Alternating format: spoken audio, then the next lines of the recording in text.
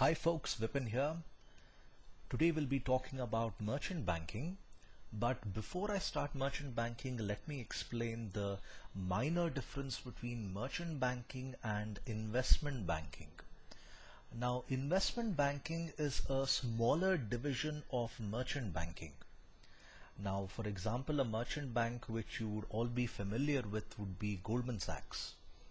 Now, Goldman Sachs has got a smaller division that takes care of the investment banking part.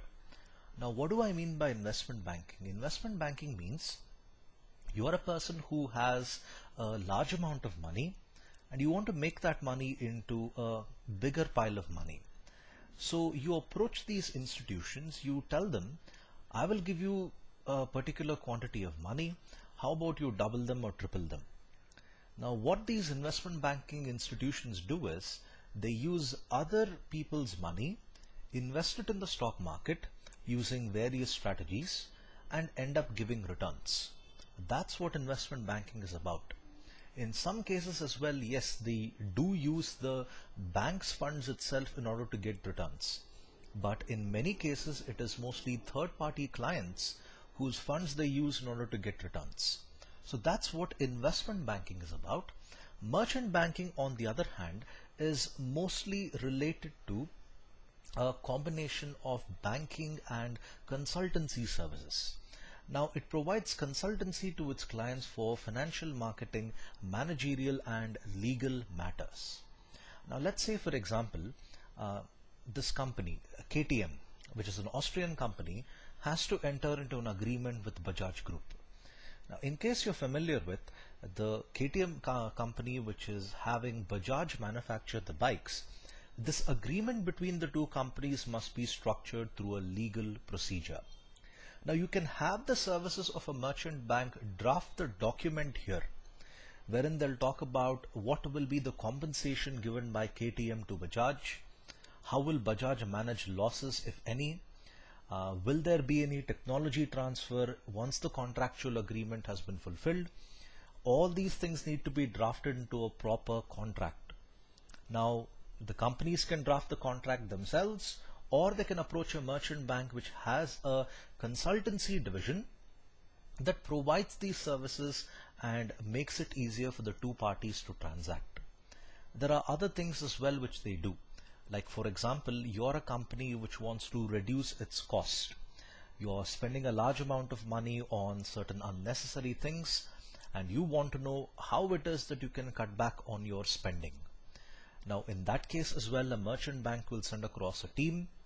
They will evaluate the procedures and then they'll say, okay, you need to cut back on the following process, and if you do, this is the amount of money you can save. That's also something which a merchant bank is into.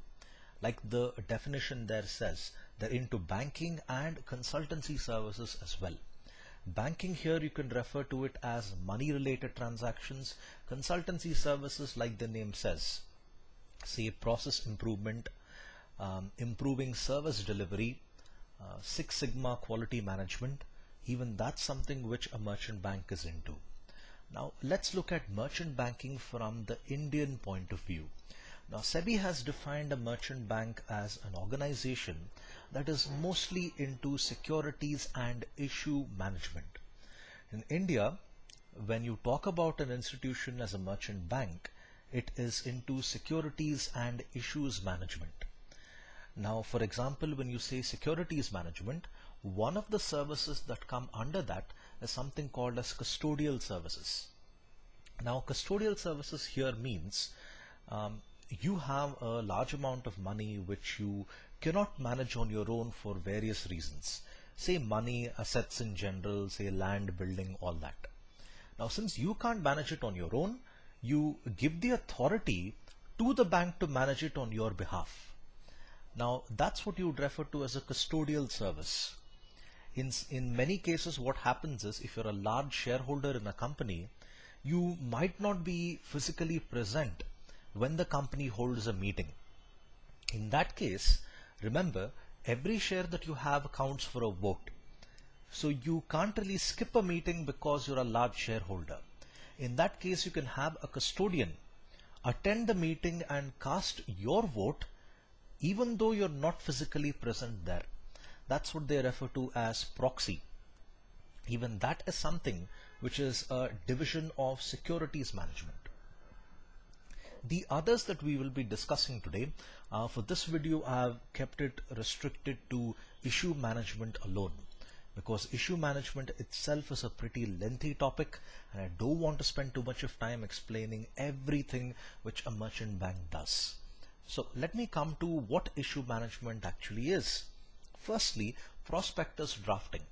Now, when a company comes out with an IPO, the first thing that they need to do in order to inform the shareholders that they're doing this is through a offer document or a red herring prospectus, or just known as a prospectus. So what is a prospectus?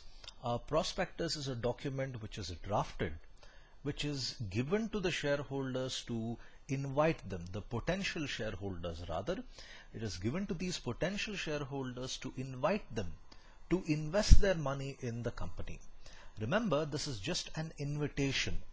If you are a person who has bought a company prospectus or you're reading a company prospectus, you're not obligated to invest in a company. But nonetheless, a prospectus must be drafted, and when you draft it, you need to be very, very careful in the way you put across the details in the prospectus. A prospectus, remember, don't confuse it with a college prospectus or a university prospectus. These prospectus are like 300, 400, sometimes 500 pages long.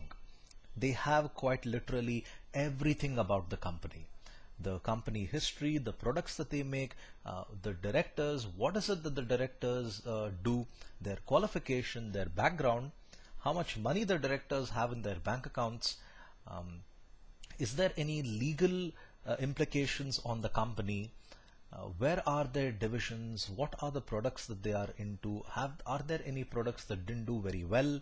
All these details is in fact published in the prospectus. So you need to be very, very careful when you draft something like this. As per the rules of SEBI, there is zero scope for error in a prospectus. This incident happened with Coal India Limited, wherein in the asset side of the balance sheet, the debtors and the stock value was interchanged. So let's say if there was 5,000 crores in the debtors section and the stock had 6,000 crores, it was supposed to be vice versa. Even though that doesn't affect the overall balance sheet value, Coal India Limited immediately came out with a public apology. They said that during the drafting of the prospectus there was a tiny typographical error. We will provide additional time to the potential investors if they want to rethink their investment in our company. Now that's a very carefully managed crisis by Coal India Limited, but as SEBI says, there is no scope for error in a prospectus. Then underwriting. Underwriting in simple terms refers to like an insurance for an IPO. If the company intends to sell, let's say 100 shares, and only 75 end up getting subscribed as in bought by the public, the balance 25 is something which the merchant bank will buy from their account. That's what they refer to as underwriting services. In some case, the merchant bank, who is also known as the lead manager or the book runner, they themselves might be the underwriter, or sometimes the underwriting might be outsourced or taken up by another company altogether. In many cases, what happens is underwriters are about 3 or 4. The reason that happens is because not one company wants to take up the burden on its own head. They rather distribute the burden on multiple companies rather than one company taking the entire load. That's what they refer to as underwriting. Now, underwriting on the other hand is a service which is given commission. So whether you are subscribing the unsubscribed capital or not, the company still ends up getting a commission for their service. And in India, many of the times I've noticed that the IPO becomes oversubscribed. Oversubscribed means a company would want 100 crores. The people are ready to give about 200 crores. That's a case where the IPO has been subscribed by 2 times. Okay. Now when that happens, the underwriting services is still required. You cannot really say that my company has got a very good brand image, So I am very, very sure that everything ends up getting subscribed. For example, Micromax might come out with a IPO in the days ahead. Even though Micromax is a very well-to-do brand, they cannot say that we will not take up underwriting services because our brand is very strong and people will confidently invest in our business. Then marketing. The best example I can think of for this would be when the first couple of seasons of IPL was launched, the first season of IPL rather, you had the IPL named as DLF IPL.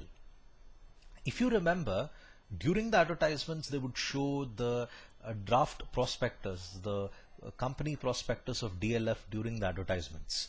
Now that's what they're doing. They're informing people about DLF. They're showing them that this is what DLF is into. Office complexes, residential blocks, DLF is doing this. When they talk about marketing, they just tell people what the company is. Nowhere are you allowed to tell them, put your money in our company and we will give you good returns. That's a very dangerous thing to do if you are running a company. SEBI has got very strict provisions related to that. What I remember DLF doing is they would just tell them that we are into the following constructions and nothing more than that.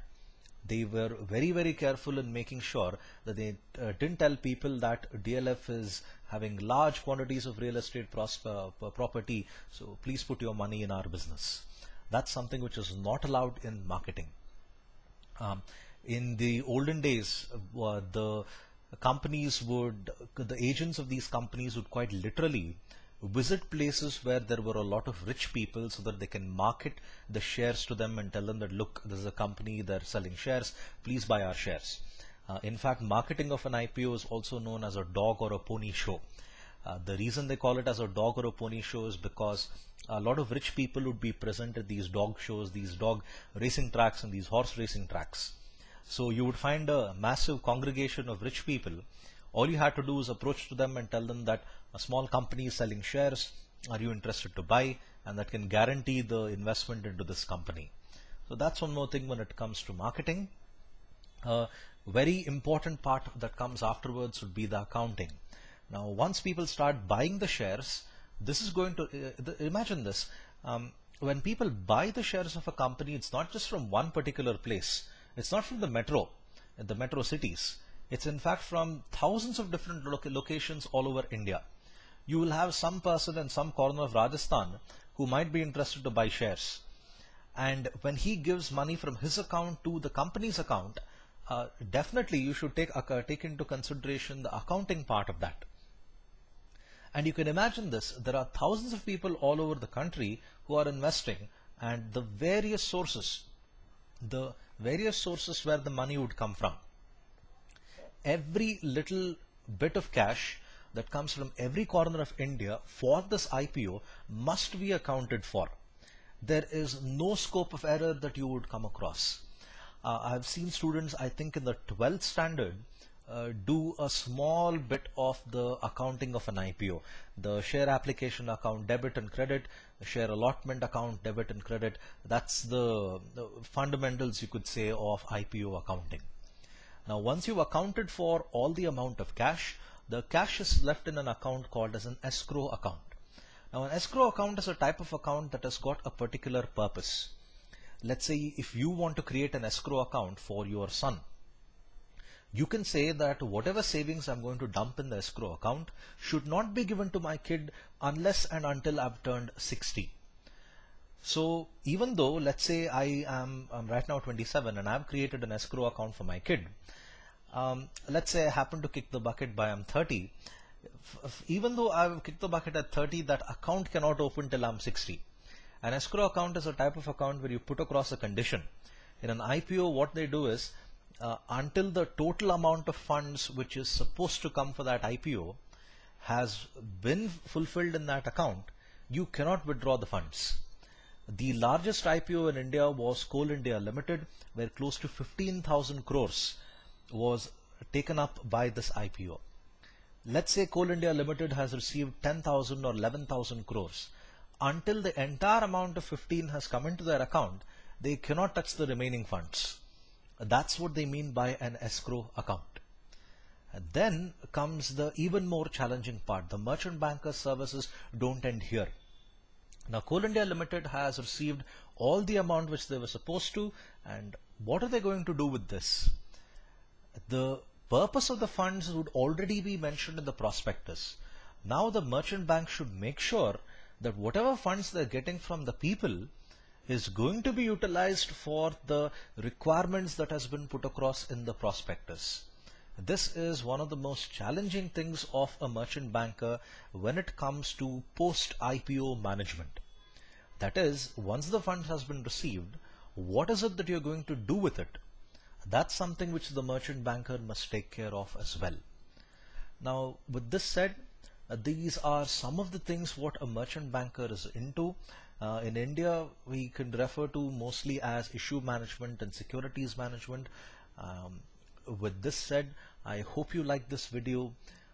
Do leave a comment if you like it, and please visit my website www.vipinmks.com. You could see the URL in the slide here.